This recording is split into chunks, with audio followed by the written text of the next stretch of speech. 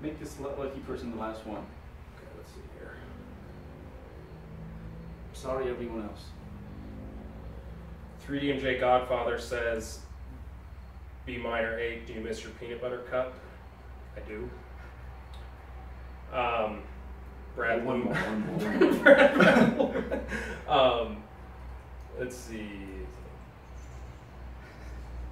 Did Brad eat your peanut butter? Yeah, Brad ate my fucking peanut butter. You must edit that out, yeah. Brad ate my peanut butter cup.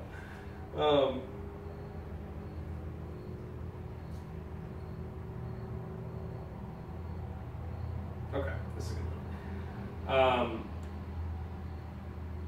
A while back, this is Alyssa Lemus. Oh, Lemus. Alyssum? Alyssa. Alyssa, but there's a name over there.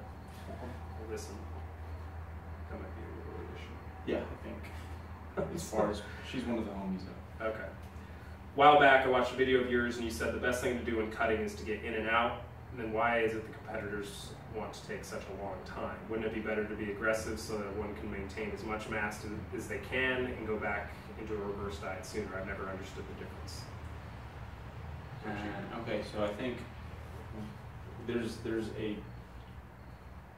a fat loss phase so that maybe you can continue progressing throughout your off season, and then there's a contest prep. So they're very different scenarios. Sometimes you might only have 10 pounds to lose to get to a reasonable off-season body fat, and that one I kind of rush it a little bit, because you're probably above your body fat at that point in time. You're not going to be sacrificing as much muscle tissue. No. You might see some transient losses in performance, and so long as you kind of know that, you'll be okay. And then obviously, I think you should probably you should take that into account when designing your training. That okay, I'm eating less. The role of my training now is not to, create some progress. It's just to hold on to what I was building towards prior to that fat loss interruption. So contest prep, you definitely will take a long time. That we're still as of right now. That's still what I think best practice. Yeah, and I mean the leaner you get, the greater affinity to use amino acids for to meet the energy demand. And I think that's the reasoning behind it is. Your muscle tissue is being sacrificed to a greater degree the leaner we become. And I think something you had mentioned, wouldn't it be better to be aggressive so that one can maintain as much mass? And I don't know if this is what you're alluding to or not, but this reminded me, like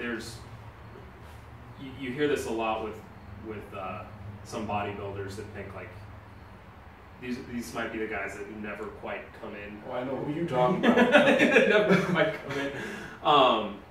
And, they sort of stick to that 12, 14 week block, and it's like anything beyond that, it's sort of like out of the question. It's like, that's a long time to diet. I don't want to lose that much muscle. And that's, I think, it's honestly sort of a lack of education and just understanding, like, the slower rate we can lose, the more you're going to preserve. And I think that's often the case for some of those people is they just need to diet a little longer, one, for fat loss to occur, and also you can retain more. But that's a common misconception that the longer the diet, the more muscle loss that's going to occur. And I think, the longer, it has to be scaled within the context of what is the degree of the deficit. If you're losing 3% body weight over, 25 weeks, you're going to look terrible at the end of it. So if you're, sticking in that, 0.5 to 1% range of weight loss per week, and your performance is more or less staying intact, given sort of where your body fat is at, then that's where you want to be. And that percentage will kind of go down the leaner you get as well. So, but yeah, the longer you can diet at the appropriate rate, the leaner you're going to get and the more muscle you'll preserve. And again, we're not too concerned, even with the contest prep, with the initial phases too much, although that is kind of like where you build up your base habits.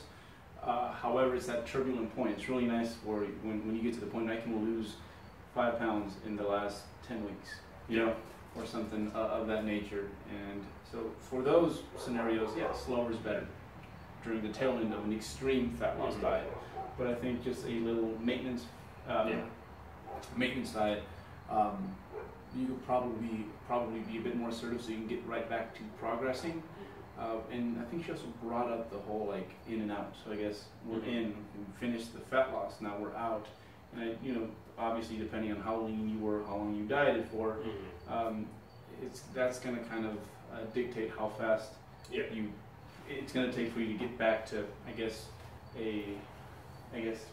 a healthy metabolic rate. Yeah, healthy metabolic rate and just getting back to making progress in your yeah. off season. I mean, a lot of people spend their off seasons doing mini cuts. It's like, okay, I went overboard, now I have to mini cut and that mini cut turns into a 16-week Yes. diet. And so, I mean, that's not what you want. And so, I mean, even if you're not quite as lean at the end of that, 4 to 6 to however long your little mini cut is, if you're not as lean as maybe you had envisioned, it's probably still better to get back up to that level of calories that your off season entails. That way you can actually sort of recover. Yeah. So, that's the other aspect of it. I think adherence has been a big part of like the mental game. So we told everyone, don't track your volume, YOLO the pizza. I think it's, as far as this whole process, I mean, it's something I've been thinking about a lot lately is, are you really enjoying the process? Yeah. And if you're not enjoying the process of training, I mean, no one's going to enjoy like the actual, well, I enjoy dieting for a show. Like, it's fun, like seeing those changes, but nobody enjoys like severe hunger. Yeah. But you feeling trapped in this hobby. Exactly. Yeah, that's the other side. I mean, you want to make sure you, I've just seen a lot of people lately, and it's more has to do kind of with the flexible dieting thing. I mean, there's a lot of people that, that they preach flexible dieting, or you see flexible dieting being preached, but it's like, okay, if you were away from your food scale, like you might be able to fit, a cookie, but does that really, is your life really that much better because of that cookie? Yeah. I mean, if you weren't able to have your food scale with you for an afternoon, like, would you have a meltdown? Like, that's the thing that I think is the biggest factor. And I think in some senses, if it's not approached correctly, it can sort of breed, bad eating habits, and so and bad mental relationships with food. So I think the more you can sort of allow yourself to sort of separate from that stuff and get practice with it. And it's obviously going to differ person to person, but for me, I mean, coming out of a show, I mean, from personal experience, like I don't know anybody who's like truly like just reversed. Yeah. I mean, there's always the exception, but it's like at the end of the day, I'm not really even sure I would want to. No. Like I want to get back, not binge out of a show, but get back to enjoying life, and just realizing that there's people that, my neighbors can go out to eat twice a week. They're not considered cheat meals. They're going out and they're just, they don't really have that guilt. Yeah. And I think that's something that as a whole we kind of need to get back to. And that's I guess like flexible dieting. It's more than just like I can have Oreos and still get into content shape. I think flexible dieting is like, are you pliable? Are you adaptive? Mm-hmm. That is. Yeah, I think it goes coaches too that it's important to be teaching the athlete, like educate them on how nutrition kind of works. I mean, if someone says like, oh, I fit, this many, I had some Skittles last night because I had some extra carbs, but I realized I went 15 carbs over and I woke up and I was freaking out. It's like, okay, well, do you really know what 15 carbs is? Like, let's back up a second and, is this something you really need to be stressing about at all? And just once you sort of have that big picture, a lot of the details just melt away. They do. Yeah. Learn to be adaptive, learn to be flexible. Be adaptive, will survive and get jacked. And stay in it longer, too. I mean, you won't get burned out. That's it. Yeah. All right. That's it. Brian Nunez signing off. That's my actual last name. Brian Miner. Brian Miner.